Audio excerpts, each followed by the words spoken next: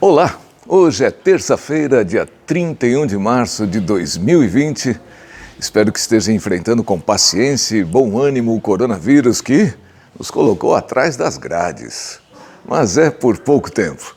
Está no ar, Ideias para um Brasil Melhor.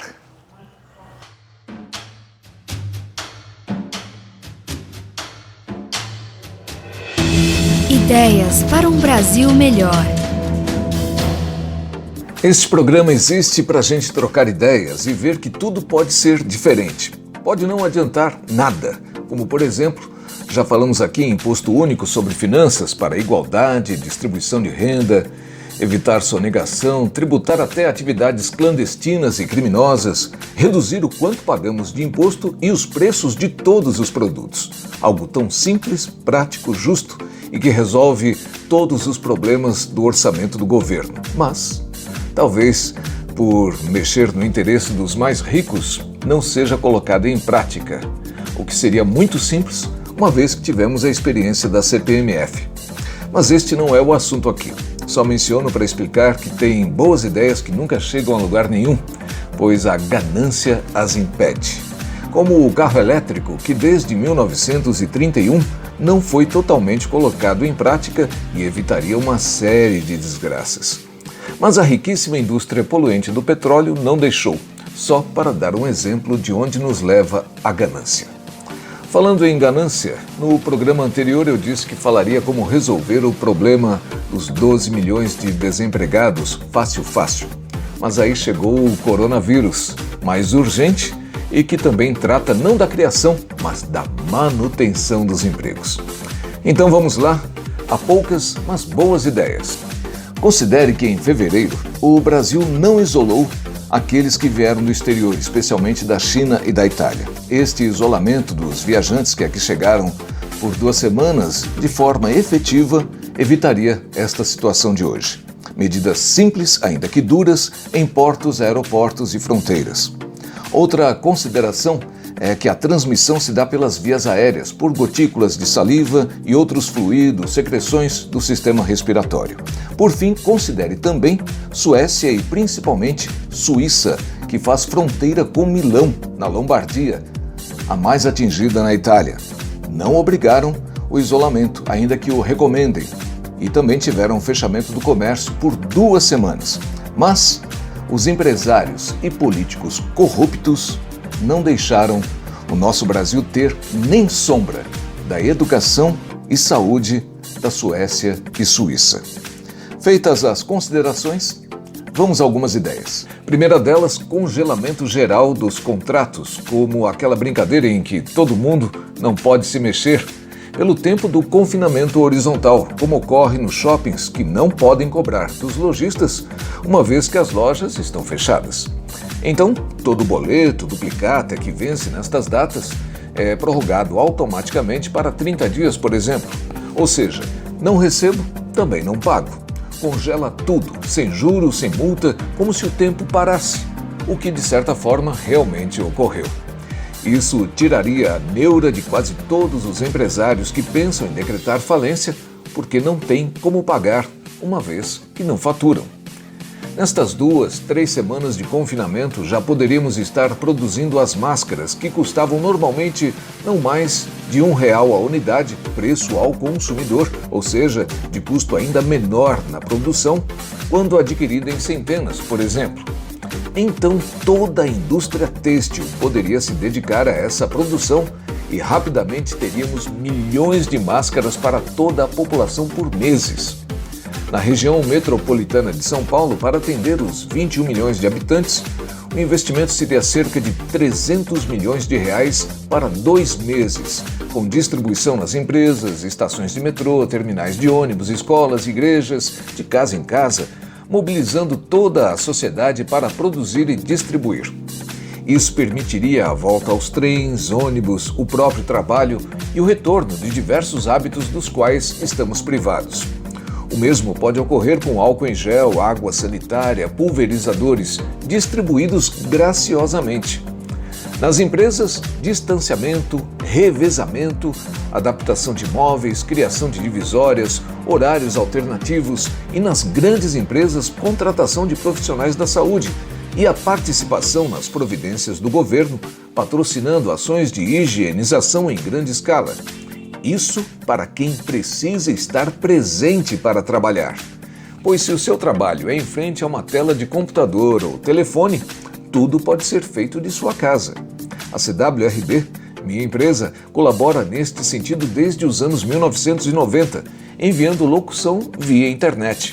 99% do nosso trabalho é realizado assim, agilizando processos, ganhando muito tempo e reduzindo gastos.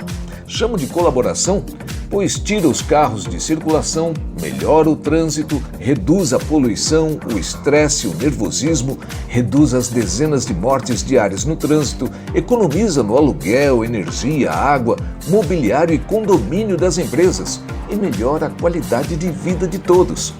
Então, se pode trabalhar em casa, por que milhões de pessoas perdem tempo indo para a empresa?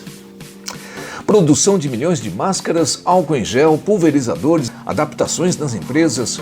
Qual o custo disso? Infinitamente menor do que quebrar ou deixar a população adoecer, morrer. Financiados pelo poder público e empresas que nada mais estarão fazendo do que zelar pela própria existência e prosperidade, fazendo tudo funcionar com segurança. Preparar os ambientes e as rotinas. Retirar os colaboradores em casa, se necessário, com transporte próprio e adaptado, de modo a não transmitir o vírus. Cortinas, separadores, biombos, placas de acrílico. Na rua, todos de máscara. Mas quem não tiver, no lugar da multa, ganha as 30 ou 60 máscaras, de modo que seja sempre uma para cada dia. É muito mais barato que as UTIs, que as mortes, que a paralisação e endurecimento das leis para roubos e crimes em geral nesta emergência. Quem se aproveitar deste período, inclusive e especialmente políticos, devem ser punidos com extraordinário rigor. Campanhas na TV e internet sem cessar, educando como trabalhar, se mover pela cidade, usar o banheiro coletivo das empresas e restaurantes, prever todas as situações em filmes e animações educativas. No lugar de muitas mortes, seja pelo coronavírus ou pelo colapso econômico, prevenção com adaptação pensada, planejada e bem executada, com urgência e engajamento de todos.